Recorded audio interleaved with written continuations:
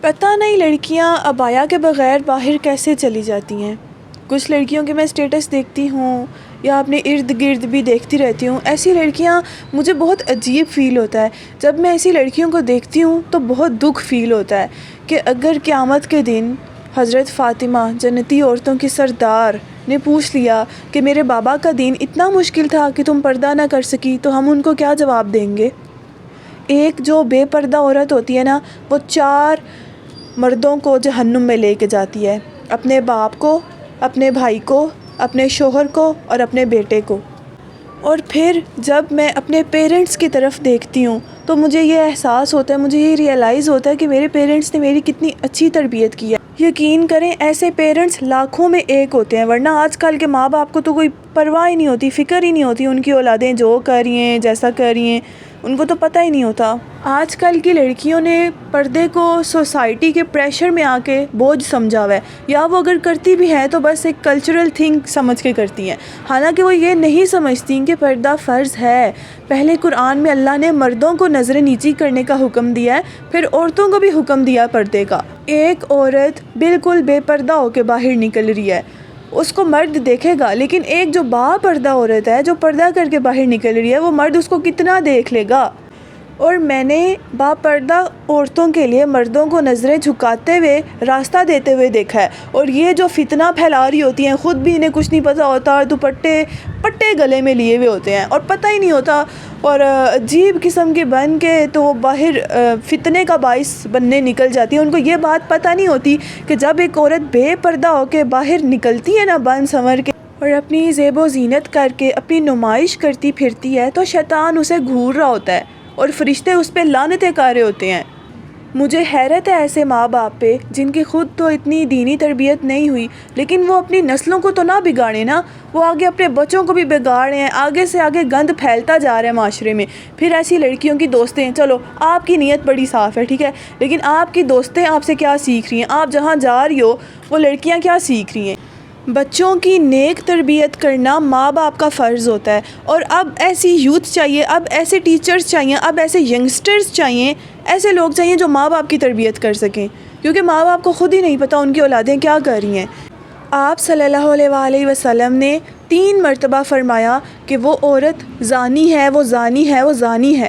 صحابہ نے حیرانگی سے پوچھا کہ کون زانی ہے یا رسول اللہ؟ تو آپ صلی اللہ علیہ وآلہ وسلم نے ارشاد فرمایا کہ وہ عورت جو گھر سے باہر نکلے تو خوشبو لگا کے باہر نکلے۔ اب یہاں سے ہمیں کیا پتہ چلتا ہے کہ خوشبو لگا کے باہر نکلنا، ویسے آپ گھر میں لگا سکتی ہو خوشبو، لیکن نامحرموں والا کنسیپٹ آ جاتا ہے نا ادھر۔ اب آپ ایک عورت خود سوچو، اب صرف خوشبو لگانے کا یہ ہے تو آپ اتنا تیار ہو کے بال کھول کے دوپٹہ ہے ہی نہیں یا گلے میں لیا ہوئے عجیب طرح سے آپ بن کے آپ جا رہی ہو، تو راستے میں آپ کی ڈیتھ ہو جاتی ہے، پھر جو بندہ جس حال میں مرے گا وہ قیامت کے دن اسی حال میں اٹھایا جائے گا نا۔ سوچو تو صحیح، اللہ کے حکم کو آپ نے بوجھ بنایا ہوا ہے۔ میری بات سنو، مخلوق کی فرما برداری ہے ہی نہیں خالق کی نافرمانی میں، اور پھر آپ اپنے گناہوں کو جسٹیفائی نہیں کر سکتے کہ ہم نماز روزہ تو پڑھتے ہیں، ہمارا دل تو صاف ہے، بس دوسروں کی طرف سے اپنا دل صاف رکھو، اچھی نیت رکھو، یہی چیزیں ہیں، اور انسان ہے ہی گناہ گار۔ یہ آپ بہانے اللہ کے سامنے نہیں لے کے جا سکتی، اپنے آپ کو بدلو۔ بہادر بندہ ہی چینج ہو سکتا ہے، بزدل بندہ جو ہے نا وہ بہانے ہی دیکھتا رہتا ہے، ادھر ادھر ہی دیکھتا رہتا ہے، میری دوستیں بھی تو ہیں نا، یہ بھی تو ہے نا، وہ بھی تو ہے۔ بس بہادر بندہ جو ہوتا ہے نا وہ کیا کہتا ہے کہ ہم نے سنا اور ہم نے حکم ماننا ہے، بس اس کے آگے اللہ کے حکم کے آگے کوئی نہ آپ کے پیرنٹس کا حکم امپورٹنٹ ہے، نہ آپ کے ہسبینڈ کا امپورٹنٹ ہے۔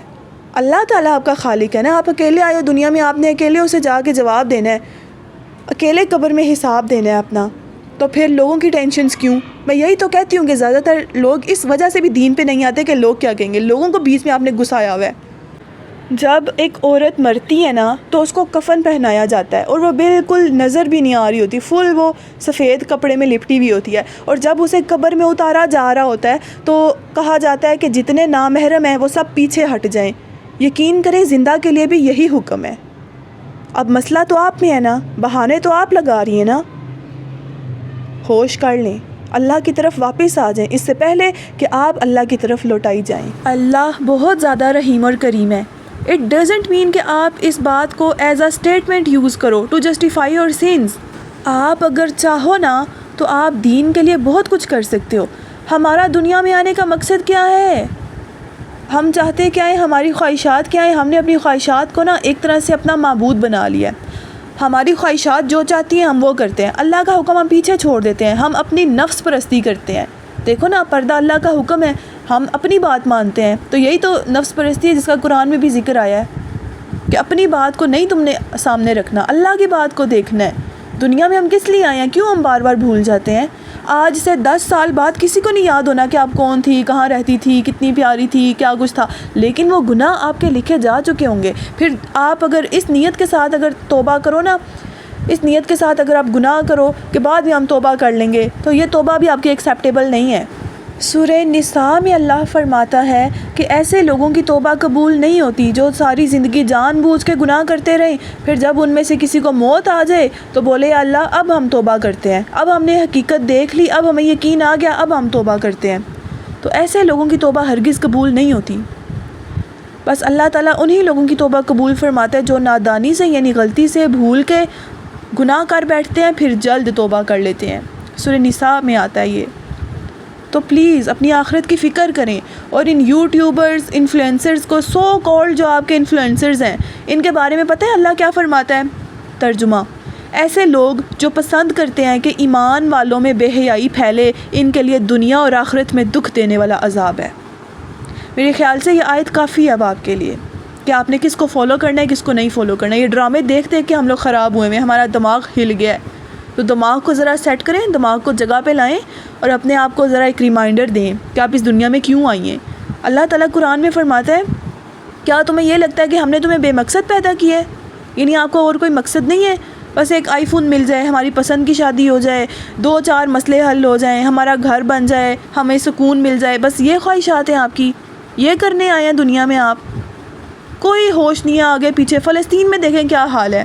ان کی جگہ ہمارے پیرنٹس ہوتے پھر بھی ہم معاشرے میں اسی طرح گند پھیلا رہے ہوتے ہیں، آنکھیں بند کر کے لگے ہوئے ہیں. پتہ ہی نہیں ہے جو جدھر لگاتا ہے ہم منہ اٹھا کے لگ جاتے ہیں. حالانکہ یہ کام کوڑے کا ہے کہ جدھر کی ہوا دیکھتا ہے کچرا ادھر ہی چلا جاتا ہے. آپ تو اسلام کی شہزادیاں ہو نا، آپ نے تو نسلیں سنوارنی ہیں، آپ نے تو لوگوں کو دین پہ لانا ہے. آپ کا تو ایک مشن ہونا چاہیے. پھر جب لوگ آپ کو ٹھکراتے ہیں، آپ اللہ کے حکم کے خلاف جاتی ہو، لوگ آپ کو ٹھکراتے ہیں، تب آپ کو عقل آتی ہے. ایسا ہی ہوتا ہے نا. تو اب ہوش کر لیں. اچھا، آپ نے لائف انجوائے کرنی ہے، آپ کریں. آپ کو کس نے روکا ہے؟ آپ کریں لائف انجوائے، آپ سب کچھ کریں، آپ گھومیں پھریں، انجوائے کریں، سب کریں، لیکن اپنی حدود میں رہتے ہوئے. بس یہ کنسیپٹ کلیئر کر لیں کہ اسلام کی حدود میں رہتے ہوئے، اسلام کے دائرے میں رہتے ہوئے آپ سب کچھ کر سکتی ہیں. کس نے منع کیا؟ اللہ تعالیٰ خوش ہوتا ہے جب آپ اللہ تعالیٰ کی نعمتوں کا شکر ادا کرتے ہو، اللہ تعالیٰ کی دنیا ایکسپلور کرتے ہو، اللہ تعالیٰ کی کریشنز کے ساتھ اچھا سلوک کرتے ہو، اللہ تعالیٰ کی نعمتوں کا شکر ادا کرتے ہو. اللہ تعالیٰ خوش ہوتا ہے جب آپ اپنے رشتہ داروں کے گھر جاتے ہو، ان سے حسن سلوک کرتے ہو. اللہ تعالیٰ بہت خوش ہوتا ہے جب آپ اپنے دوستوں کے ساتھ انجوائے کرتے ہو ان حلال وے میں. ٹھیک ہے، آپ صلی اللہ علیہ وسلم بھی جوکس کیا کرتے تھے، لیکن وہ اس کا مطلب یہ نہیں کہ آپ حدوں سے ہی نکل جاؤ، آپ بھول ہی جاؤ کہ آپ ہو کون، آپ معاشرے میں گند پھیلانا شروع کر دو. یقین کرو مجھے اتنا عجیب لگتا ہے، ایسے لگتا ہے بندہ معذرت کے ساتھ، لیکن ایسے لگتا ہے جیسے بندہ نا بغیر کپڑوں کے باہر گیا ہوا ہے. یہ جو دوپٹہ نہ لینے والا جو کنسیپٹ ہے، مجھے تو اتنا شیم فل فیل ہوتا ہے کہ ایک عورت پتہ نہیں کیسے، اتنی ہمت کہاں سے آتی ہے آپ میں. سوچیں تو صحیح، ایک دفعہ خود کو اللہ کی نظر سے دیکھیں ذرا. حضرت فاطمہ ہوتی، حضرت خدیجہ ہوتی، وہ اگر آپ کو دیکھتی ہیں سب کرتے ہوئے، انہیں کتنا دکھ ہوتا. سوچو تو صحیح، سوچو تو صحیح. آپ کی عقل پہ پردے کیوں پڑے ہوئے ہیں؟ آپ کی عقل پہ پردے کیوں پڑے ہوئے ہیں؟ اب اگر پردہ پڑ گیا تو اس کو ہٹا دو، ورنہ بہت دیر ہو جائے گی. ایسے قبر میں ایسے بہت سے لوگ ہیں جنہوں نے کل سے نماز شروع کرنی تھی. قبر میں ایسے بہت سی لڑکیاں جنہوں نے کل سے پردہ شروع کرنا تھا. یہ نہ ہو کہ آپ بھی ان میں سے ایک بن جائیں. اور یہ سوال ان کے ماں باپ سے ہوگا کہ تم نے اپنے بچوں کی نیک تربیت کیوں نہیں کی، ان کو اچھائی اور برائی میں فرق کیوں نہیں بتایا. اور پھر بچے بھی ایسے ہیں کہ اگر انہیں ان کے پیرنٹس نے نہیں بتایا تو وہ خود سے بھی زحمت نہیں کرتے سچ حقیقت جاننے کی، اسلام کو پڑھنے کی. تو بے شک تھوڑا عمل کر لیں، جتنا آپ سے ہو سکتا ہے ایٹ لیسٹ اتنا تو کریں. ایٹ لیسٹ آپ کا نام کوشش کرنے والوں میں تو لکھا جائے نا. تو پلیز ابھی سٹیپ لیں، یہ کل نہ کریں. کل آپ کا کبھی بھی نہیں آئے گا. اور اپنی زندگیوں کو مزید ضائع نہ کریں پلیز.